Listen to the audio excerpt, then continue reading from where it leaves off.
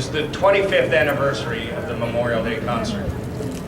For all of us gathered on the mall and across the country, the concert has become a powerful way to bring our country together as one. As I stand here looking out at the American flags fluttering in the twilight and the thousands of faces reflecting such patriotism and pride, I am honored to be a part of this community, almost a family now, who come each year to share through music, song, and personal remembrances in the stories of those who died, of those who still struggle with the wounds of war, and of their families who have supported and loved them.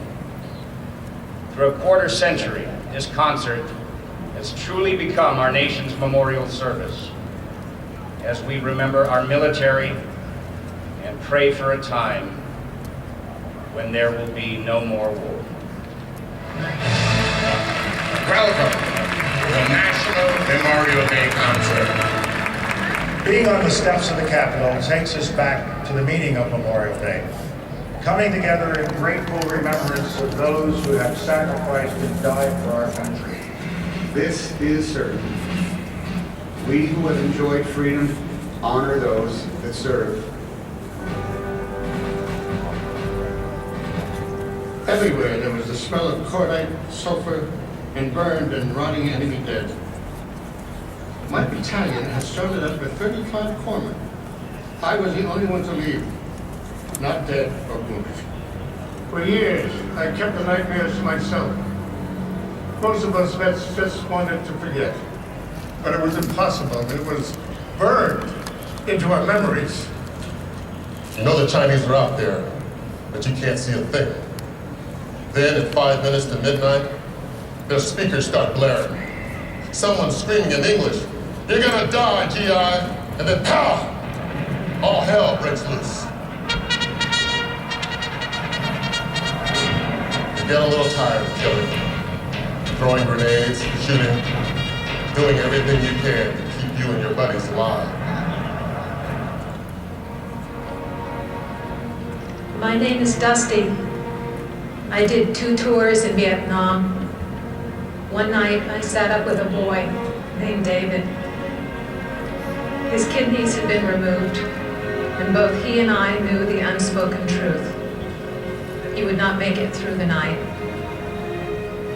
They tell me the letters I write to you and leave here at this memorial are waking others up to the fact that there is still much pain left after all these years from the Vietnam War. But this I know.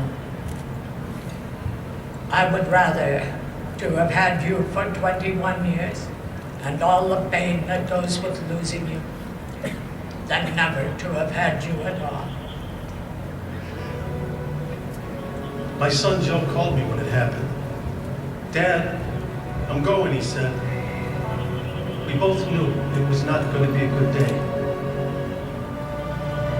We did find one of my boys, Joe, last year. How do you put it into words that it's a good day when you find your dead son? People look at me and they see no interest. But they tell me I'm not the old Michael. They wonder why I say some crazy things. Tiffany says she sees a glimmer of that old person. The guy who joked, laughed, the guy she fell in love with in the beginning. I'm having a few of those days now. Jose was my big brother, my best friend. We did everything together. He was always there to protect me. How could this be? If you believe in miracles, the doctor said, pray for one, because that's what you're going to need. So I said to my son, you're going to make it, and we're going to be with you. And I promise that I'm never going to leave you alone ever again.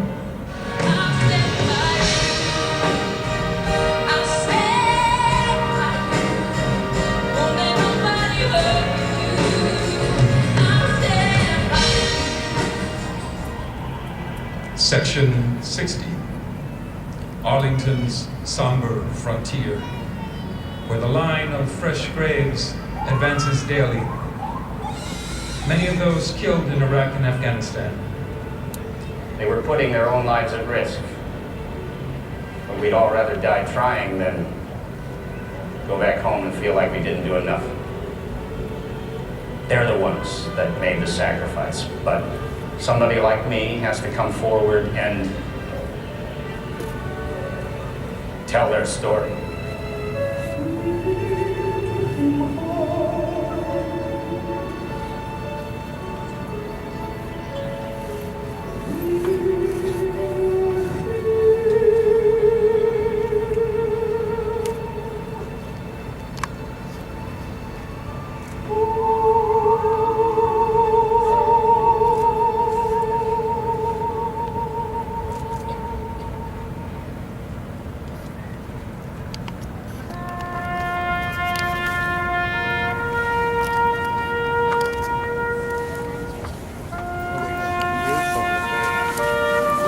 Come up here. Yeah.